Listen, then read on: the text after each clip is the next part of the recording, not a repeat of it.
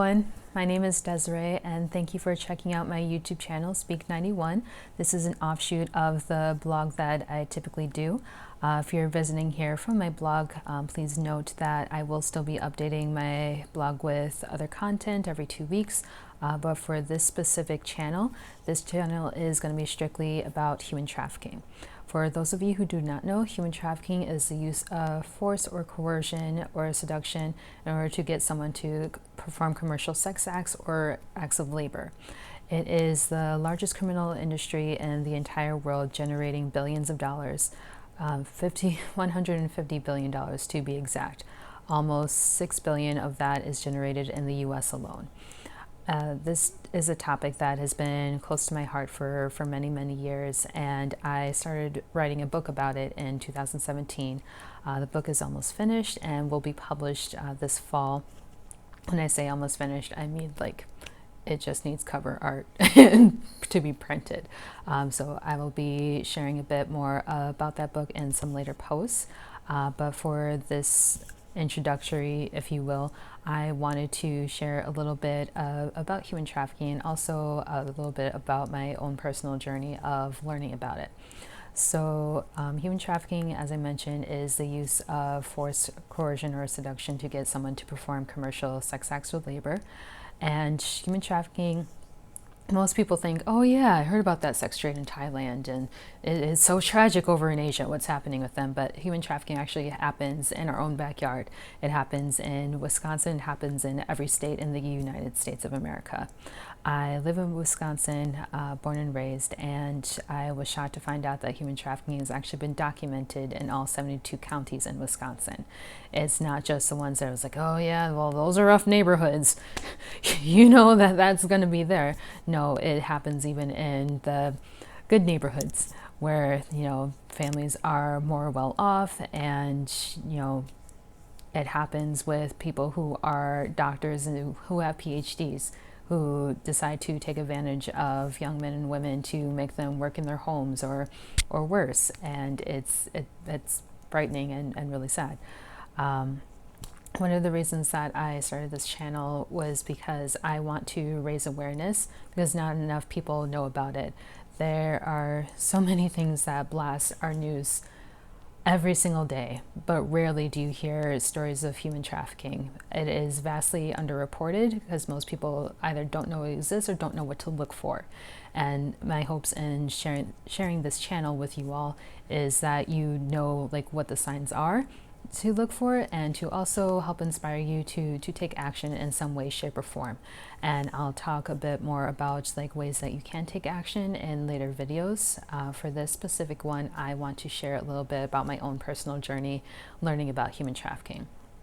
So I was in 11th grade, a junior in high school, when I had to do a paper for a class, maybe a social studies class, and the topic that I chose was a sex trade in Thailand. And that was the first time that I learned about human trafficking. That was the first time I learned that there were women and teenage girls and even elementary school girls who were, sold by friends or family members to live in a brothel and to have sex with any man that came through the door, whether they were attractive or not, whether they liked them or not, whether they wanted to or not. That they had no choice. It was really awful reading and doing and presenting this paper, and in the back of my head I always thought okay, human trafficking exists, someone should do something about that. But then I kind of went on with my life.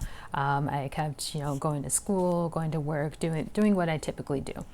It wasn't until my sophomore year of college that it really started to burn in me, just this roaring flame that would not go away.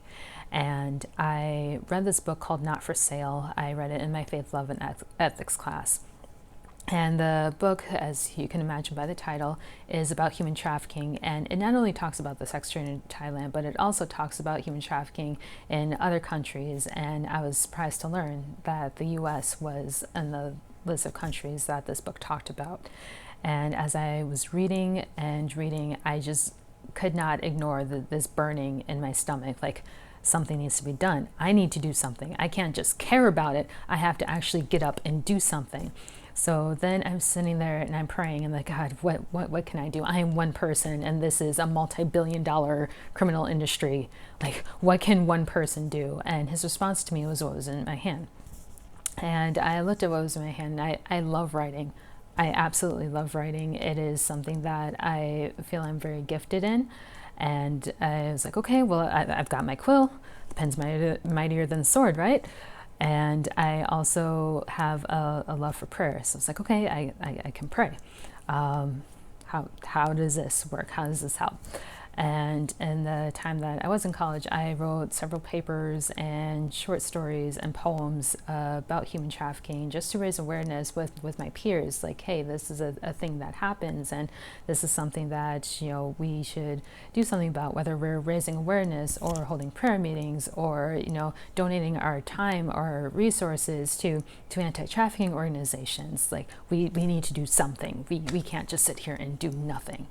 And the more I read the book, the more I prayed, the more I wrote.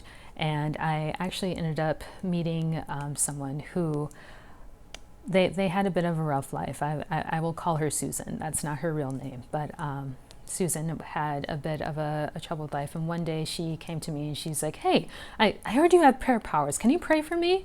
And I asked her, you know, what did she want prayer for? And at first she was kind of vague, like, oh, just pray I get out of a bad situation. But I felt like I needed to keep asking her, like, what is it specifically you need prayer for? And that's when she told me that a relative of hers had sold her into prostitution, and anytime she tried to get out, she was abused and she couldn't get out on her own. So I prayed for her every day for a week, and I also fasted for a day that she would be free. Not only physically, but also mentally and emotionally, because going through something like that is extremely traumatic. And it's not enough just to get someone, you know, physically out of human trafficking if their mind is still warped from, you know, any drugs that their pimp might make them take, or, you know, all the negative self-talk where they basically said, yeah, look, this is all you're good for. Lying on your back, you're only as valuable as the next guy in line. Like that, to have to detox from all of that and to be given the proper care is so vital and so important, because if they're not given that, they can go back. Not that they want to go back. It's just the trauma that they don't know how to break free from. And so I was praying for her, and a week later, Susan comes up to me. She asked, did you pray for me? I said, yes, I did. She said, I was able to get out, and I got 5 other girls out with me. And I was so elated, so happy, and she is doing much better with her life now. She is pursuing her dreams, and I am absolutely ecstatic for her. And during this, you know, YouTube series, if you will, I will be sharing just different testimonies and different stories to help inspire you. To help give you hope, because human trafficking, it's easy to look at it as this really sad, down in the dumps, dark thing. But there is so much power when we decide, hey, there is a light in me. That light is Jesus, and he has anointed me to preach good news to the poor, to bind up the brokenhearted. And I'm going to use that to expose this darkness, and I'm going to use that to bring people hope. That is my ultimate hope, is to bring you hope, to bring you courage. Yes, I want to bring you information, but I also want to inspire you to know that human trafficking can end. People can be rescued and saved, and you can have a part to play in that, whether a big one or a small one. It's all needed, it's all necessary. So thank you so much for checking out this video. I will be uploading once a week different videos for you to enjoy. If you like it, please subscribe, and please share it with as many people as you can, because the more people who are aware, the more people who are raising their voices, the sooner we can bring hope to the men and women who are trapped in this. Thank you again for watching, and have a great night.